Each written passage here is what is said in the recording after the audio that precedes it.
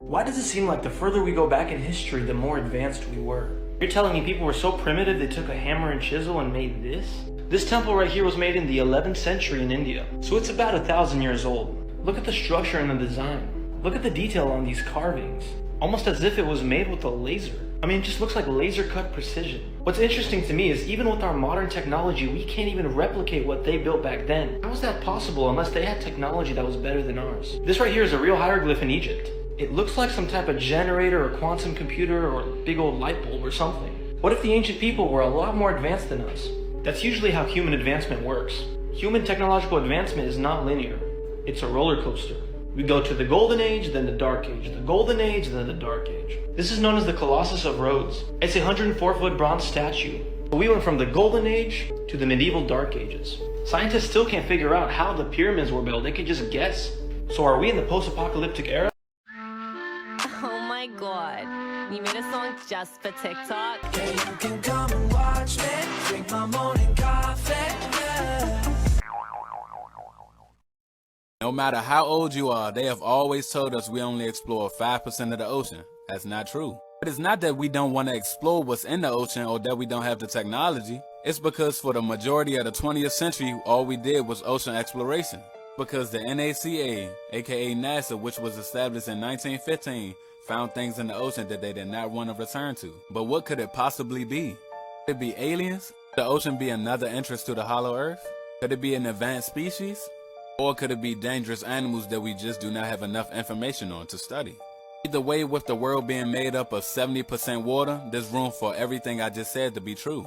But one thing for sure though, there have been a number of UFO reportings recently, especially around the Pacific Ocean. Here I'm going to show y'all video footage from the USS Omaha that was sitting on the coast of California in the Pacific when it encountered a UFO. In this video you can see the unidentified object floating over the Pacific Ocean, moments before it plunges underneath. Was recorded inside the Omaha's command center just before 11 p.m. on July 15th. The image on the screen shows a 6-foot in diameter sphere that traveled alongside the Omaha for about an hour. It was pitch black outside, so the image was obtained via a thermal sensor. Personnel in the command center made multiple recordings of what was on the screen. At precisely 11 p.m., the unidentified sphere seemingly vanished into the ocean. Yeah, y'all see how crazy that is? That's not even the worst part. Right after the situation with the first UFO, 14 more UFOs over the course of 3 days were found on a radar surrounding the USS Omaha. I gotta take a look at this. Over a period of hours, crew members on the USS Omaha, which is located in the center of this radar screen, monitored the approach of the unknown objects, as many as 14 at one point, all around the ship. 2 different radar systems watched the objects and estimated their speed. Track 781 just sped up to 46 knots, 50 knots, closing in. 138 knots. Remember, that's just one incident out of the entire world, and the world is made up of 70% ocean. Then remember who recorded the situation, the Navy. It's small stuff like that that allows you to put the pieces together. Alright, so y'all go ahead and let me know what y'all think in the comments, and also let me know if y'all think that they explore more than 5% of the ocean, or if they only explore 5% and they're telling the truth.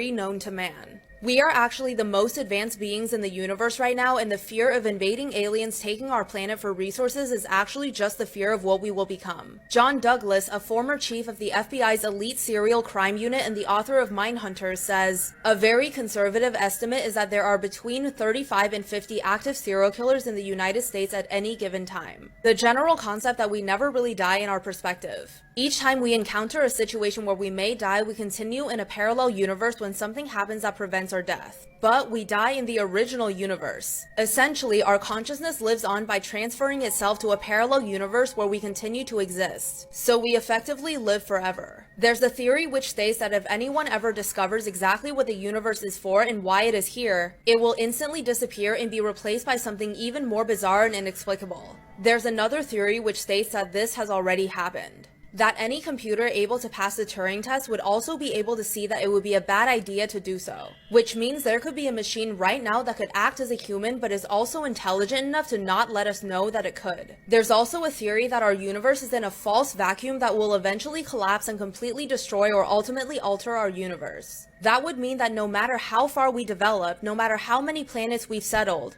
and no matter how many medical feats humanity will have accomplished, we would have a deadline where we would be forever deleted. Follow for more.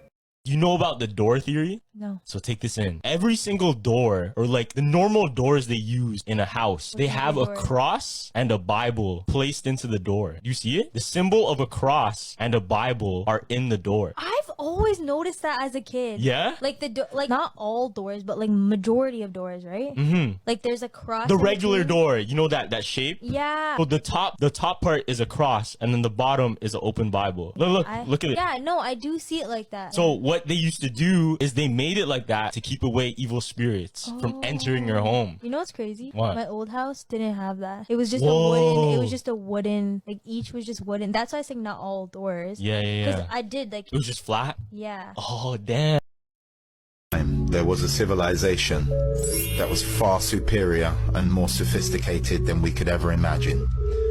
This civilization was systematically destroyed and hidden from our history books. This civilization used atmospheric energy to obtain electricity. Having free energy meant that humanity could focus on more serious endeavors, such as creation, creativity, love, and self-development. We see these same geometric, beautiful buildings all over the world, from Africa to China to Japan to South America to Europe. These buildings show us that we lived in an interconnected culture, a culture that understood the deeper levels of existence and how to harness electromagnetic energy. History is a lie and a story built by our oppressors to continue to keep us enslaved, but we will rise again. So if the world is a spinning ball, and we're on this curved earth with water, and we're spinning 600 miles per hour through infinite space, I'm pretty sure that it would be physically like it wouldn't even make any kind of sense on a physics type level to be able to shoot a missile from a spot in the water on a spinning ball to pinpoint accurately hit another spot. 90% of the time I have no idea what the fuck I'm talking.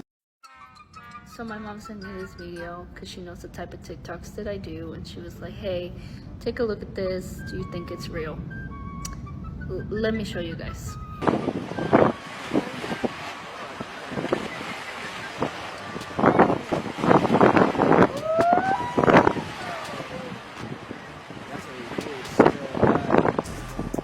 So I went to check the original post. A lot of people are like, why can't you keep the camera from shaking? And he says it's because he's scared. But if you go to his actual profile, you'll see that a lot of the videos are obviously edited. So no, I don't believe this one is real. It's just too animated. Besides, if you go on their profile, you'll notice that there's a video of a shark on a chair. So you be the judge. I've exposed the fact that birds are government-controlled spy drones on numerous occasions. Because of this, I've been met with extreme surveillance by the government. They're watching my every move, and if you guys don't hear from me, y'all know why. Hey guys!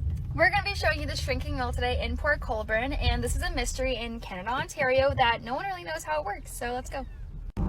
So just keep your eye on that big building back there and watch the size of it as we get closer and closer.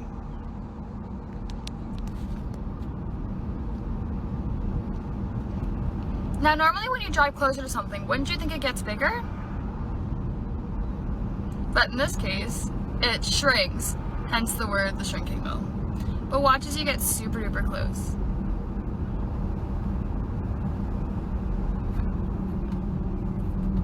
Like, it doesn't even make sense. Look how small it is. And we were all the way back down that hill, and no one even knows how that works. It's tiny.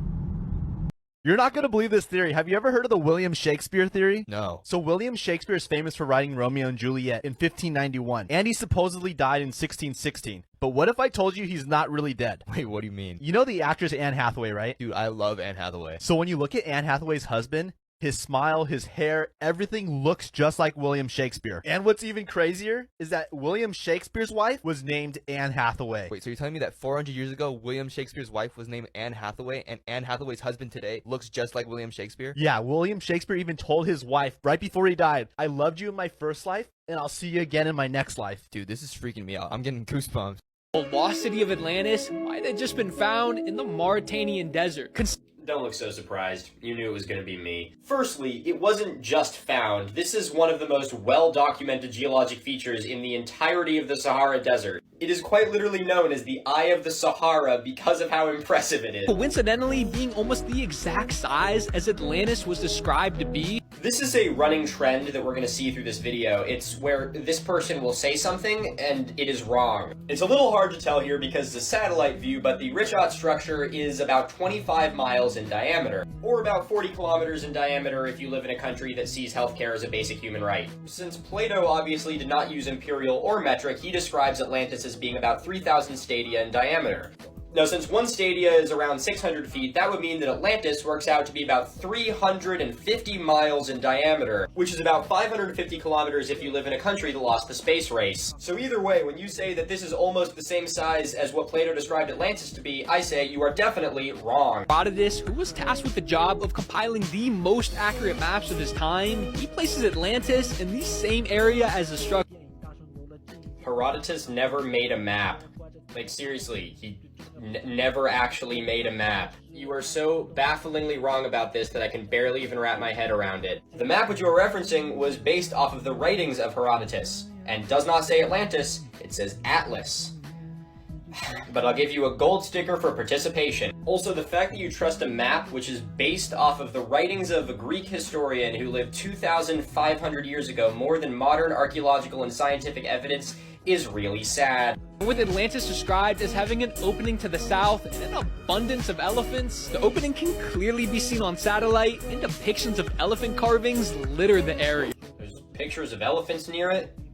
Well, Jesus Christ on a bike, it must be Atlantis. Is that seriously how far these conspiracy theorists have to reach? If this were an actual notable discovery, it would be based on like, oh yeah, we found the ruins of, you know, countless buildings in the Richat structure. It would not be based on, oh, there is a cave painting of the same animal that Plato said lived near Atlantis. This is one of those videos that I'm pretty sure was just greenlit by a corporate shill to use as clickbait. With thumbnails like this and this variety of topics, I really don't think this person actually believes a damn word that's coming out of his mouth. Which is no less dangerous than an actual conspiracy theorist, it's just funny. But it's a damn shame, because the Richat structure he's talking about here actually has some unbelievable history around it, including history of human habitation. But since he won't, I can make a video about it if you guys want. But for now, I can't do this anymore, I have to go take a cold shower. But I'd like to thank you all very much for watching. If you like what I do here, feel free to give me a follow. And if you'd like to see my more long-form archaeological and conspiracy debunking videos, make sure to check me out on YouTube, link to that is in my bio. And follow me on Instagram and Twitter for a more personal look at my life. Remember to stay curious, stay inquisitive, and most importantly, remember that What's a conspiracy theory that you 1,000% believe in? I'll go.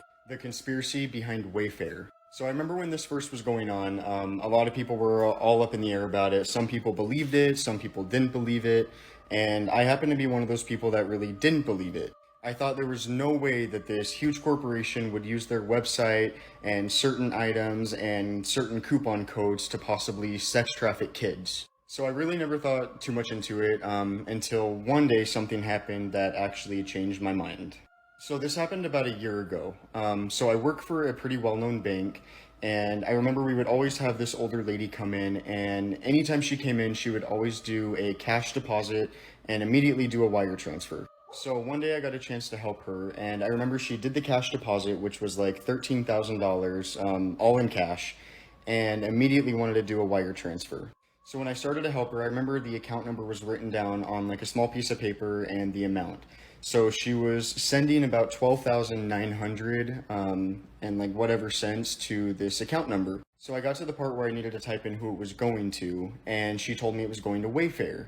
And at first I really didn't think too much into it because she did have a business account, and I figured, well, maybe she's buying new furniture for her office or whatever. So after we were done, I started to go through her previous wire transactions just to see where all these other wires were going that she did prior.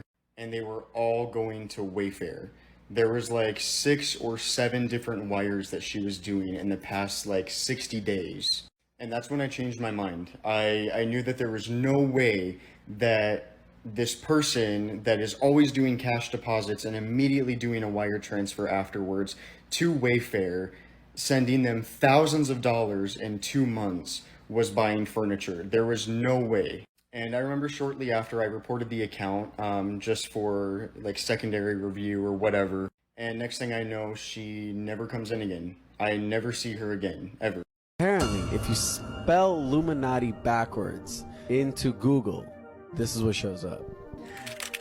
It leads to the NSA website, which is kind of interesting because Yeah, it's crazy. if you don't know what the NSA is, National Security, United States of America. Who do you think found that? You think randomly one day one kid is like, how do I Illuminati? I'm gonna spell it backwards and see what happens. I guarantee you, exactly that, in that voice. I want to see what happens.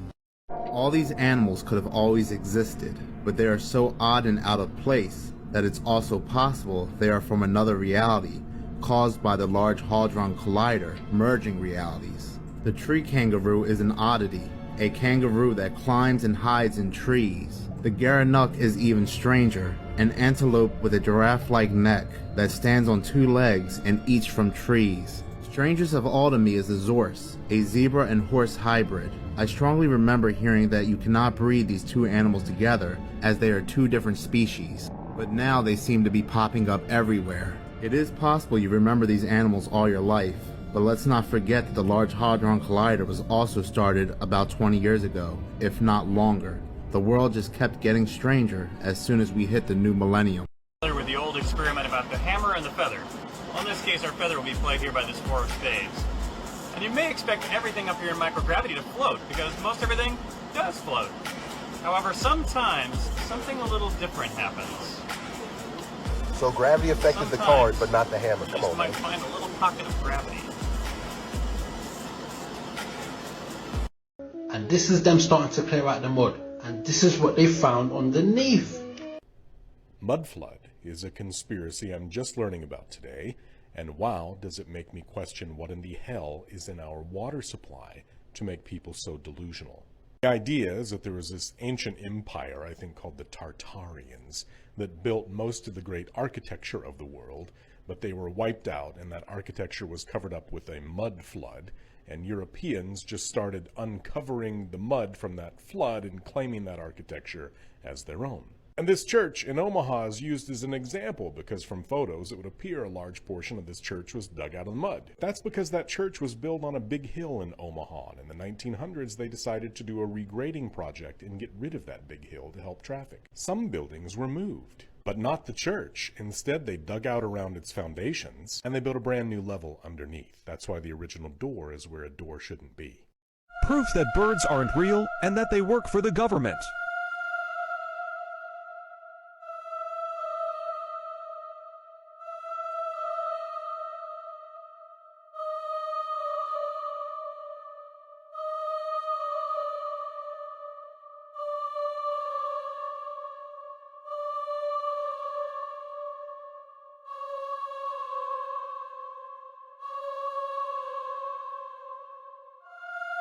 Who took this photo?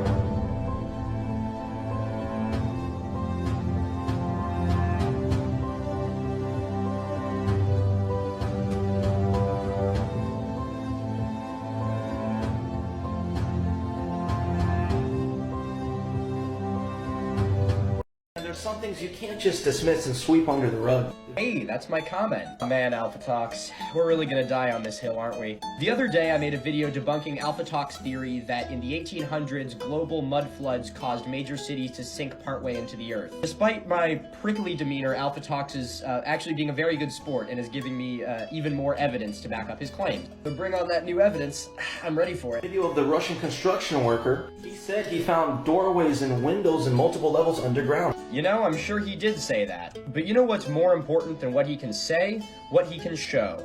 And what he did show was this. A single door or window that was buried just below street level. Again, likely a basement entrance that was buried during construction. I don't see those multiple stories of windows that he's talking about. And they started digging up the old concrete and they found 3 levels of 2,000 plus square feet rooms underneath. Basement. There's a building in San Francisco. Who builds buildings on unlevel ground like this? I just found a great place to found a city. We can make unbelievable profits through coastal trade. Yeah, but there's gonna be a hill in the middle of it. Oh, god damn it! Pick up the city and move it to fucking Kansas. Many cities are built on hills. This is a topo map of San Francisco.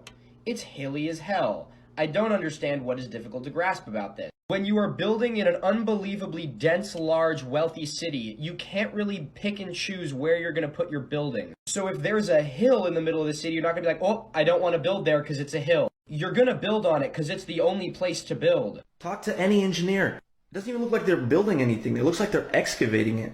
I was gonna do a bit where I was gonna get one of my roommates who's an engineer, but he's in class right now. You know what? This is a fan activity. You don't even need to be an engineer. Just in the comments, please, just explain this one, because I don't have the energy for it. And the mud flood is very real. Oh, I know that mud floods are real. I have taken a geology class. You don't even need to take a geology class to know that mud floods are real. But please, in the name of all that is holy, do not preach to me about geology when I am making a YouTube video breaking down a conspiracy theory that you made, trying to convince people that the Grand Canyon is a pyramid, because that's kind of whack, dog. The ground level was much, much higher in 1932. They hadn't excavated it yet. Look, man, I'm happy to do this dance all day long. And when I'm done discussing your melted buildings theory YouTube video, I'd be happy to move on to the mud flood theory YouTube video. For everyone still watching, I've made a second account. An account that's going to be a little bit less structured, where I can kind of post some more just candid things of myself that I think are funny. I did a little fan activity last night and got some suggestions for names, and the best one I saw was Medium Minute Man, which I think is absolutely hilarious. So I'll link that one. Feel free to give it a follow if you want to see more of my life. And otherwise, check me out on YouTube, where I will have a full-length video debunking this guy's stuff up by the end of the week. Thank you to all my patrons for making this video possible. Remember to stay curious, stay inquisitive, and most importantly, follow me on YouTube.